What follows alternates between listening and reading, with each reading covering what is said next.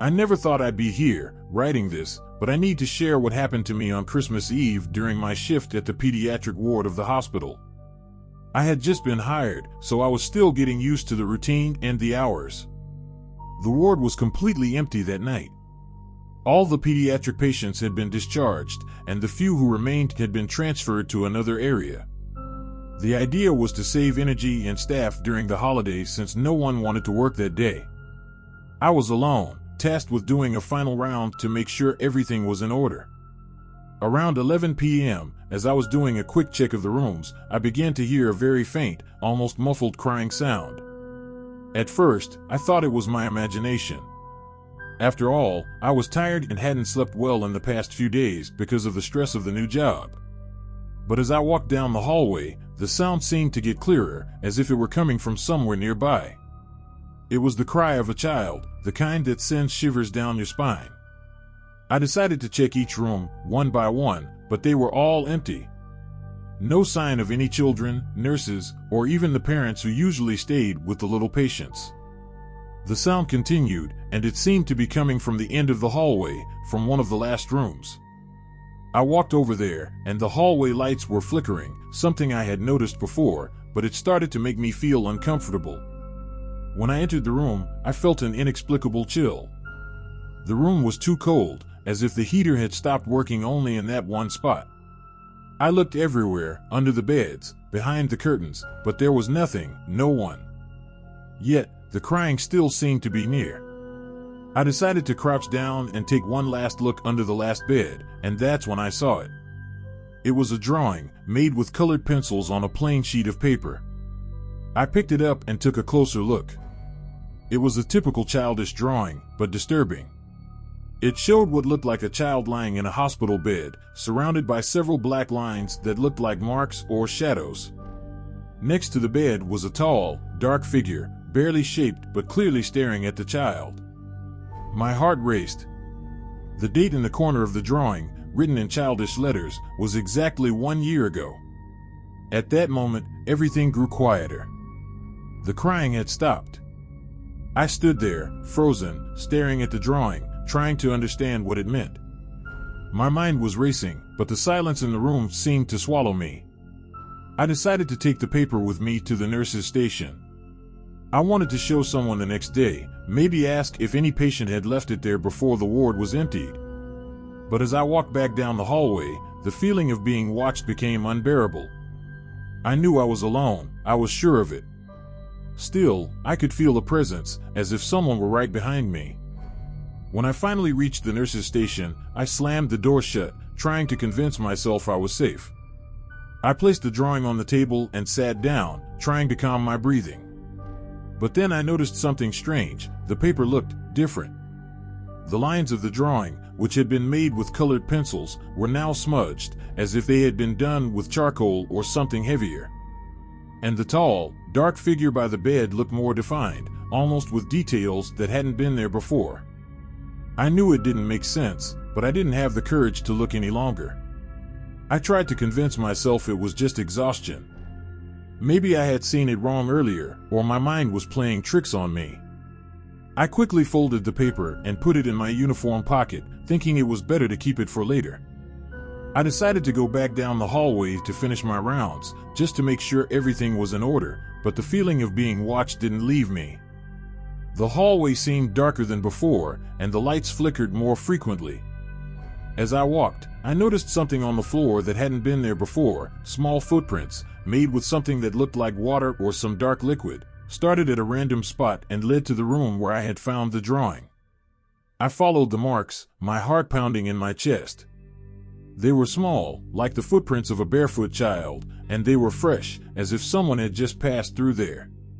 When I entered the room again, everything was as it had been, except for one thing. The bed I had taken the drawing from was now slightly out of place, as if it had been pushed or dragged. I got closer, trying to control my panic, and crouched down to look under it again. This time, there was nothing there, not even the smallest trace of the footprints. But when I stood up, I felt a cold breeze on my face, as if something had just passed by me. I ran back to the nurse's station, trying to convince myself that I was imagining things. Maybe it was just the nerves of being alone on a night that had always made me feel nostalgic and vulnerable. But when I entered the room, something froze me in place. The drawing, which I had put in my uniform pocket, was now back on the table, completely unfolded. But there was something different. The tall, dark figure was now leaning over the bed, and the child seemed to have its eyes scratched out, as if it could no longer see. I didn't know what to do. My instinct told me to leave, to abandon my shift and never come back, but my rational side insisted I needed to stay calm and try to understand. I decided to take a photo of the drawing with my phone as proof of what was happening. As soon as I clicked the picture, the light in the room flickered and went out for a few seconds. When it came back on, the drawing was simply gone. I searched the floor, the table, even the trash, but it was as if it had never existed. I was completely lost. I didn't know what to do anymore. I looked at the clock and saw that it was already very late, almost 2 a.m. My shift was ending, and the nursing team would be coming in to replace me soon, but I didn't want to stay another second. I went to the door to prepare to leave when, suddenly, I heard the crying again.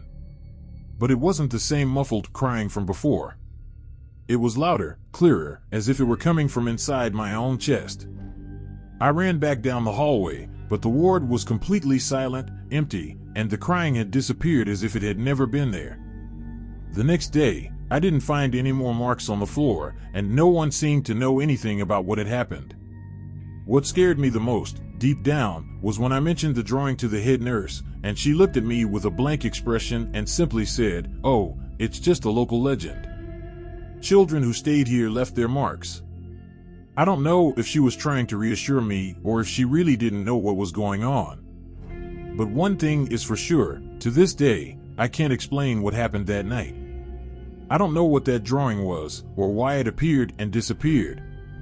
I just know that something very strange happened, and since then, every Christmas Eve, I get a chill down my spine, waiting for something else to happen, but I hope it doesn't.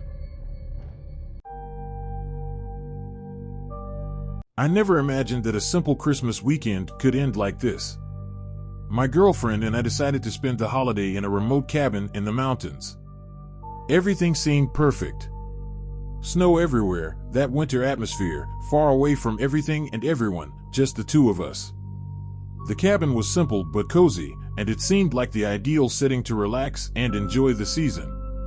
Night fell, and we were enjoying the fireplace, drinking wine, talking about what the future might hold for us when something strange happened. In the middle of the night, the electricity just went out. It wasn't so rare in remote places, but the cabin had an emergency generator, so at least the lights inside stayed on. But at the same time, as the lights were on, a strange sensation took over the atmosphere. There was no sound at all, not even the noise of animals. That's when we heard a knock at the door, 3 rhythmic knocks, like someone was trying to get in. We fell silent for a moment, exchanging glances. I looked at her, and she looked back at me, clearly as uncomfortable as I was. We weren't expecting anyone, and that knock didn't sound natural. "It must be the wind," I said, trying to convince myself. But the truth was, the sound felt human and not the wind. She slowly got up, walking cautiously toward the door, a caution I had never seen in her before. I got up right behind her, but I stayed a few steps behind, fear already taking over me. She looked through the peephole and then turned to me, her face pale. When she opened the door, what we saw immediately froze me. There was no one outside. The only thing we found was a lantern on the ground, illuminating the snow in front of the cabin. The light from the lantern danced strangely, as if something was pushing the air around it. It was completely inexplicable. No one could have left it there without us seeing. There were no footprints in the snow, and the snowstorm was still coming down hard, but not enough to put out the light. My girlfriend picked up the lantern, and in that moment, the fear intensified.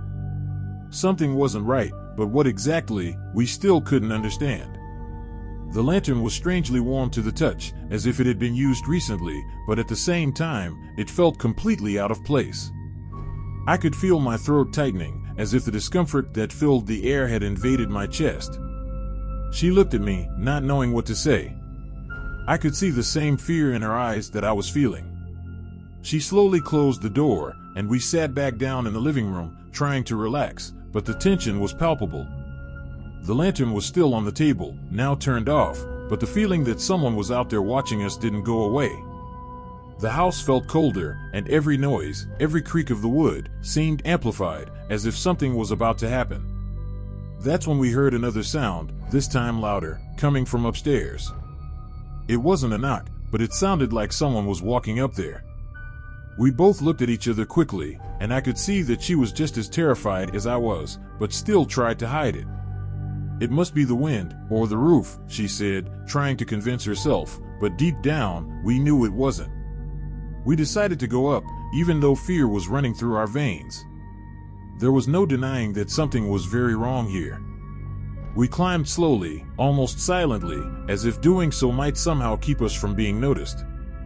The hallway was dark and empty, only lit by the faint light of the lantern she still held. Every step we took seemed as loud as thunder. When we reached the door to the bedroom, we paused, listening. The noise we had heard before had stopped, but the air felt denser, heavier. It was as if something was waiting for us on the other side of that door. The silence was almost unbearable, and the tension was at its peak. My girlfriend approached the door, and I could barely breathe.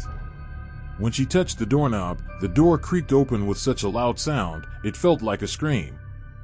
But what we saw inside didn't make any sense. The room was empty.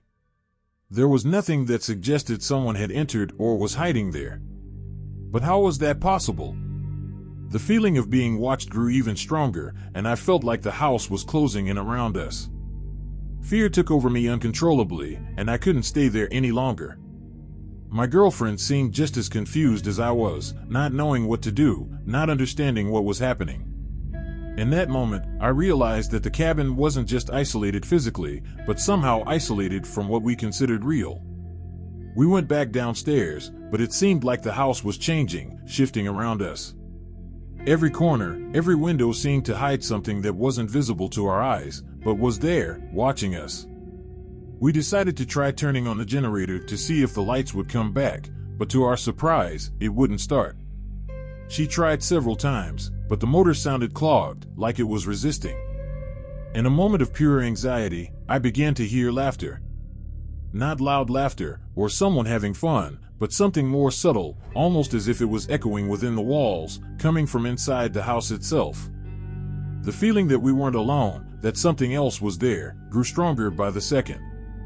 The silence after the laughter was even more disturbing. Suddenly, what had seemed like a peaceful night turned into something completely oppressive. I wanted to leave, run as far away as possible, but the fear of taking a wrong step and not knowing what could happen kept me frozen. And then we heard the knocks again. But this time, they weren't at the door. They were on the windows, as if someone was trying to get in. With each knock, my heart raced faster. She looked at me, and for the first time, she didn't know what to do. I knew she felt it too, that there was no logical explanation for any of it. In an impulse, she grabbed the lantern and went to the back door, but when she opened it, there was nothing. No knock, no movement. When she came back inside, the silence was complete, as if the air had become even denser. The feeling of being watched didn't lessen, if anything, it got worse. Suddenly, everything froze, as if time had stopped. And then, without warning, the electricity came back. The lights turned on as if nothing had happened. But something was wrong. The atmosphere felt darker, stranger. The clock on the wall showed the same time, but it felt like time had stopped for hours. The house, which had seemed so familiar before, now carried an energy we couldn't understand. We stayed silent for a few minutes, still trying to process everything that had happened. We decided to grab our things and leave, without looking back.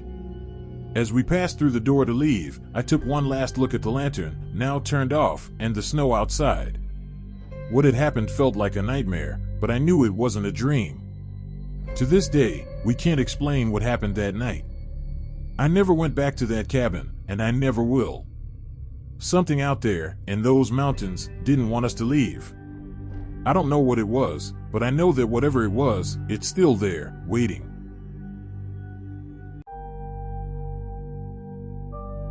I've never been one to meddle in other people's business, but there's something that happened in my neighborhood that gave me a strange feeling, and to this day, I can't get it out of my head. The street I live on has always been quiet, with neatly kept houses and families who know and respect each other. But it was during December, when the Christmas lights started going up, that I noticed something I'd never seen before. My neighbor, Mr. Hugo, started decorating his house. But instead of the usual pretty lights that everyone puts up, his flickered erratically, like they were malfunctioning. The red and green lights would suddenly light up and go dark again without any rhythm, and it really started to bother me. I know it sounds silly, but it began to make me uneasy. At first, I thought it was just a technical issue, something simple. But as the days passed, the situation worsened. It wasn't just the lights flickering, something else strange was happening. I started hearing noises coming from Mr. Hugo's house, like he was moving furniture or talking to someone, but whenever I looked out the window, I never saw anyone inside except for him, of course. Then, one night, while I was in the kitchen, I saw the reflection of the lights flickering through the window, as if they were lighting up the entire room. What really caught me off guard was hearing a child crying, softly and distantly, almost like a whisper. Something wasn't right, and an instinctual sense of alertness made me decide to go over there, just to take a closer look. I know I shouldn't have done it, but something inside me told me I needed to. When I got closer to the house, the sound of the crying child wasn't so faint anymore.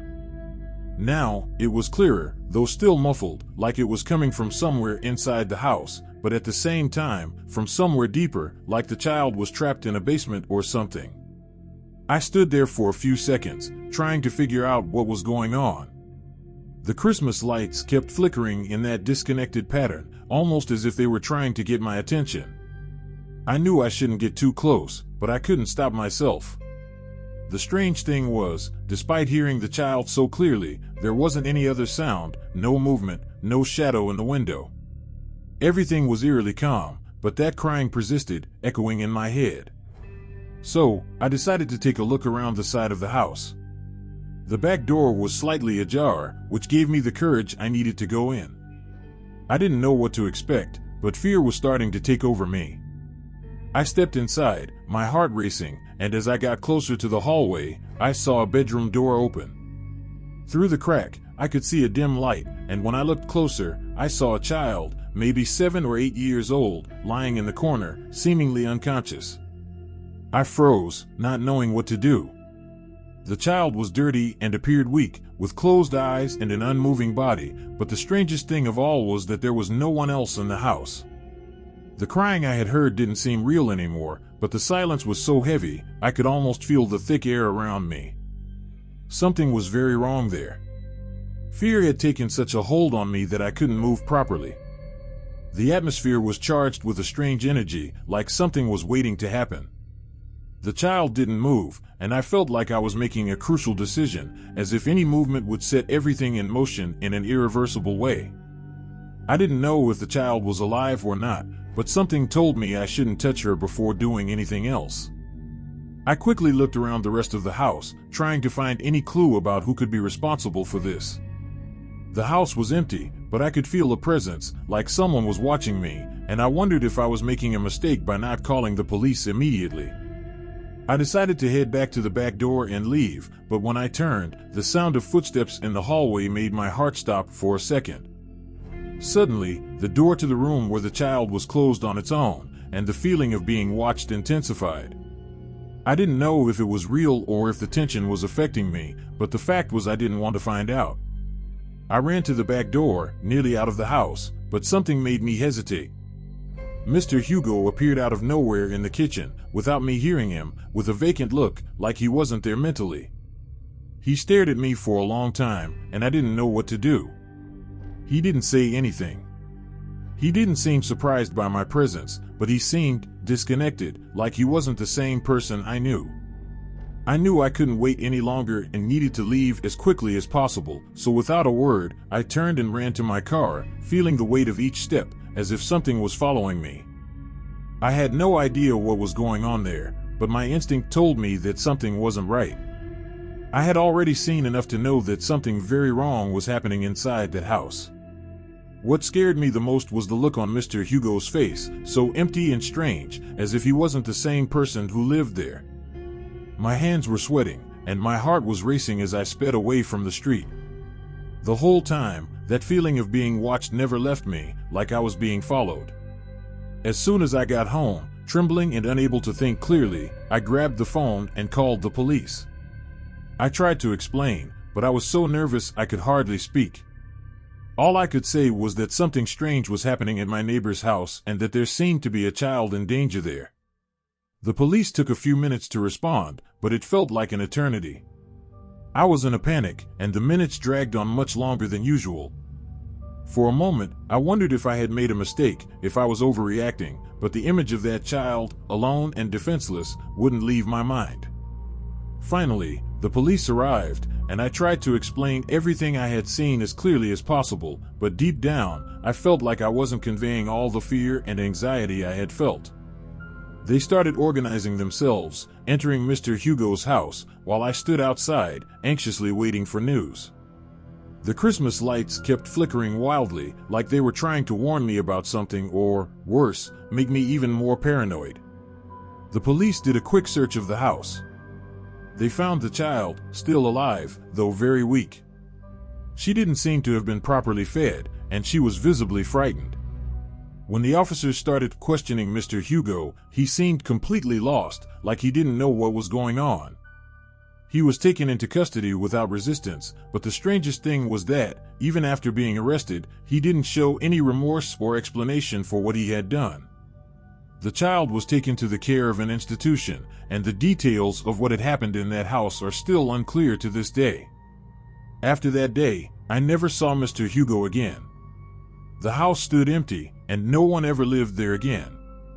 The Christmas lights, strangely, continued to flicker for weeks, as if the house was still alive, as if something was waiting for something to happen again.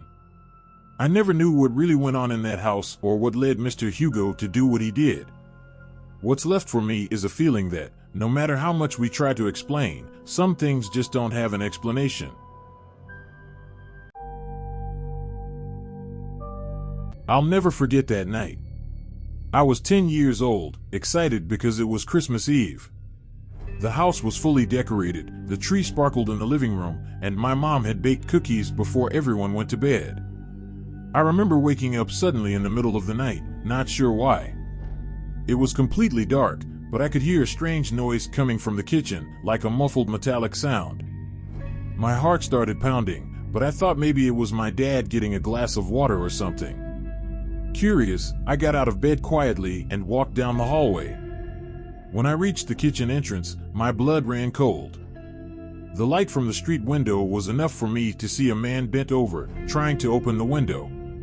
He was holding a bag that looked full of tools, and that's when he saw me.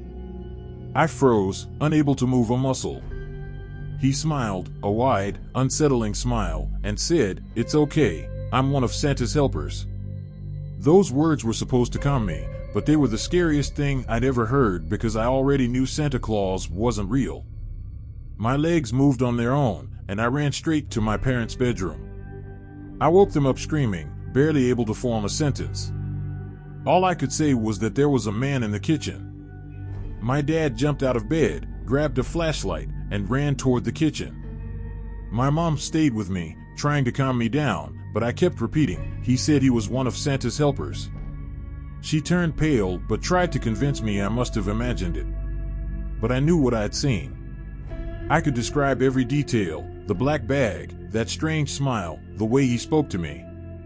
There was no way it was all in my head. When my dad came back, he looked confused. "There's no one there," he said. Even so, we all went to check together. When we got to the kitchen, the window was wide open, swaying in the cold wind outside. And that's when we started noticing. First, it was the microwave, then the stove, and even the refrigerator. They were gone. The kitchen was practically empty. My dad ran to the living room and realized the TV, the couch, and even the Christmas decorations had disappeared too. The worst part was when we looked under the tree. All the presents that had been piled there just hours before were gone. I didn't know what to think. It was like the house had been turned upside down while we were asleep. My dad started checking all the doors and windows, mumbling that he had locked everything before we went to bed. My mom, on the other hand, kept trying to convince me that I must have imagined the man. But I knew what I saw. I could still picture it clearly in my head, every detail. It wasn't a dream. After realizing what had happened, my dad called the police. While he explained the situation, I stood frozen in the living room, staring at the Christmas tree, now surrounded by nothing but emptiness. I had a tight feeling in my chest, like the man was still nearby, hiding. When the police arrived, they asked a lot of questions and looked around the house. They said it seemed like the work of a gang that broke into houses on Christmas Eve, but what really gave me chills was the look on one officer's face when I told him about the Santa's helper. He got serious, exchanged glances with his colleagues, and after that, they stopped asking me questions. While the police searched the scene, my parents tried to distract me, but I couldn't shake off the heaviness in my chest, like something was still wrong. After a while, the officers said they'd searched the area, but it didn't seem like they expected to find anything. Before leaving, one of them turned to me and said, "If you remember anything else, let your parents know, okay?" The way he said it made me even more uneasy, but somehow a little comforted at the same time. After they left, we tried to pull ourselves together, but it was impossible to ignore the emptiness in the house. My dad kept pacing back and forth, muttering about insurance and lists of stolen things, while my mom insisted on taking me to bed. I didn't want to go. What if that man came back? Deep down, I knew I wouldn't be able to sleep. Every time I closed my eyes, I saw his smile and heard his voice saying, "It's okay." I ended up falling asleep on the couch with the living room lights on, while my parents stayed up trying to make sense of everything. Then, suddenly, I woke up again, this time with no sound to wake me, just a strange feeling, like someone was watching me. My heart raced as I forced myself to look around. The living room was quiet, but the light seemed dimmer, almost flickering. And then I saw it. In the corner of the room, where the Christmas tree had been, something was glinting on the floor. I got up, my legs trembling, and walked over. It was a golden ornament, one of those we had hung on the tree. But it was shattered, as if someone had smashed it against the ground.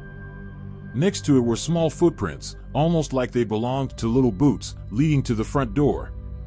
They stopped there, as if whoever made them had vanished into thin air. I ran to get my parents, and when they saw the footprints, they tried to come up with an explanation. My dad even opened the door to check outside, but the snow was untouched, no sign of anyone having been there. "Must have been the wind, or maybe an ornament fell," he said, but I could see in his face that he didn't believe it either. My mom just pulled me close, saying we should all try to sleep and deal with everything in the morning. But that night felt endless. As everyone went back to their rooms, I stayed by the door, watching, still feeling like something wasn't right. That's when I heard it, a faint jingling sound coming from the yard, like bells ringing softly. I looked out the living room window but saw nothing, just the darkness and the snow falling lightly. Still, the sound continued, growing fainter and fainter, until it disappeared completely. I never told anyone about it, and to this day, I don't know if I really heard it or if my mind was playing tricks on me out of fear.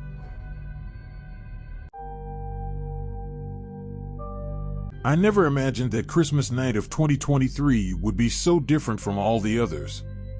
Clara, my wife, and I were in the living room, watching a movie and trying to enjoy the calm of the night. We were at home, just the two of us, wrapped in the warmth of the couch, with the Christmas tree lights twinkling in the background. Everything was peaceful until the strange sound began. At first, I thought it was something from the TV, maybe from the movie, but soon I realized it wasn't. It was heavy breathing, like someone was right there next to us, just waiting to be noticed. The problem was, no one else was in the room. I glanced at Clara, and she looked just as uncomfortable, as if she'd noticed the same thing. We tried to ignore it, but the breathing continued, growing clearer and more distinct. That sound was becoming unbearable. Clara and I exchanged glances, both not knowing what to do. Then, without meaning to, almost as a reflex, I turned off the TV. The breathing didn't stop. And that's when we started to realize it wasn't coming from the TV, nor from anywhere else in the room. The breathing was coming from underneath the couch. I froze for a second, not knowing what to do, while Clara stared at the floor, almost in disbelief. The air in the room felt heavy, and a chill ran down my spine. Something was very wrong, but what the hell was it? She whispered, "You heard that, didn't you?" I didn't know whether to answer or just try to ignore it, but the breathing seemed to get closer, more distinct. I didn't know whether I should move, call someone, or if we should just leave. I tried to act normal, as if it was some kind of mistake or a trick of perception. Maybe I was just really tired, or maybe it was just the house making strange noises, I don't know. But the more I tried to convince myself of that, the more the breathing seemed to intensify, and the harder it was to ignore. I slowly stood up, trying to make no sound, as if I didn't want it to know we were there. Clara stayed still, staring at the couch, almost like she was waiting for something to happen, like she knew the answer was right there, under the couch. I crouched down slowly, trying not to make any sudden movements, but the breathing, it was closer now, so close I could almost feel the warmth of the air. That feeling of fear, real and palpable, took over me. I took a deep breath, tried to gather my thoughts, and then, with a courage I didn't know I had, I moved the couch a little to the side. And that's when everything stopped. The breathing ceased instantly, as if something had been switched off. The silence was deafening. I looked at Clara, and she was visibly pale, but couldn't say a word. It was as if she was just as scared as I was, not understanding what was happening, but at the same time, knowing something wasn't right. The room was cold, colder than it should have been, as if a shadow had settled there, waiting. I stood there, paralyzed, staring into the void, asking myself what the hell had just happened. I stayed in that position for a few seconds, trying to process what had just occurred. The fear was so intense that my mind seemed to shut down, but at the same time, I couldn't stop thinking about what it could be. How could the sound of breathing come from under the couch, for no apparent reason? The feeling of being watched only increased, and the worst part was, there were no more rational explanations for what we were experiencing. What was that? Something that should have stayed in our imagination, or something much darker? I finally gathered the courage and looked under the couch, almost not wanting to see what was there. There was nothing but dust and crumbs we had dropped during the night. But the silence was heavy, like the room was waiting for something, like I had disturbed something that shouldn't have been touched. Clara, still in shock, slowly stood up and walked to the window. She opened it, as if trying to bring back some sense of normality, but the cool night air didn't help. I could tell she wanted to say something, but the words were stuck, as if she was afraid of what might happen if she said anything. I was scared too, but I didn't know how to put into words what I was feeling. The sound of the breathing, the coldness, the feeling of being watched, all of it seemed to surround me. I didn't know what to do, so I decided to turn off the lights and go to the bedroom, trying to move on as if nothing had happened. But deep down, I knew something very strange had occurred, and I wouldn't be able to forget it so easily. We got to the bedroom and tried to sleep, but honestly, I couldn't relax. That absolute silence from the living room seemed to have followed me. I knew I shouldn't be so tense, that it was just a bad feeling, but something inside me told me it wasn't over. The room felt different, not like usual. I kept looking at the shadows projected on the wall by the streetlight and felt a strange sensation that they were moving, as if they were more than just shadows. It was like I was being watched, and every time I closed my eyes, the breathing grew heavier and heavier on me. I looked at Clara, who was already lying down, but she seemed just as restless as I was. Then, I heard her whisper, almost like she was speaking to herself, "I don't want to hear this anymore." At that moment, I knew she was talking about the breathing. But how did she know? We hadn't spoken about it until then. I didn't know what to do, but sleep began to take over, despite the fear. I closed my eyes and, at some point, fell asleep. I woke up with a start in the middle of the night, feeling suffocated. The breathing was back. But it wasn't just a distant sound now, it was right above me, so close that I could feel the cold, heavy air on my face. I opened my eyes, and what I saw left me frozen.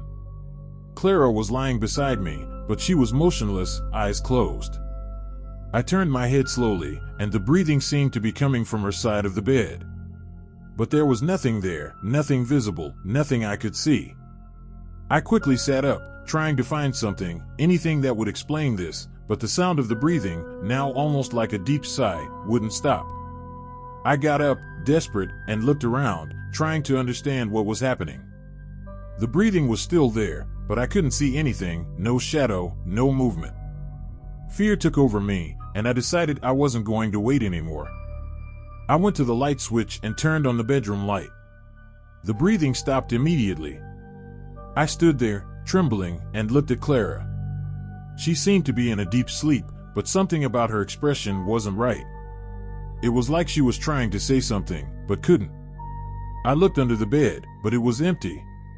I went to the living room, turned on the lights, and searched once more in panic for an explanation. But nothing. The sound disappeared as suddenly as it appeared. We spent the rest of the night in silence, not knowing what to say or do, but the fear didn't go away. The next day, everything seemed normal. There were no more signs of anything strange, but the feeling that something was wrong lingered. Clara and I could never explain what happened. We tried to talk about it, but it was like words weren't enough to describe what we'd experienced. The worst part is that since that night, every Christmas night, the house is invaded by a strange presence. We can never spend a peaceful December 24th anymore. There's always something, a feeling that we're being watched, and the sound of breathing returns, subtly, in the background, as a warning. And no matter how hard we try to ignore it, it's impossible to forget what happened that night. Now, every time the date approaches, Clara and I get tense, like we know something is going to happen, but we don't understand why.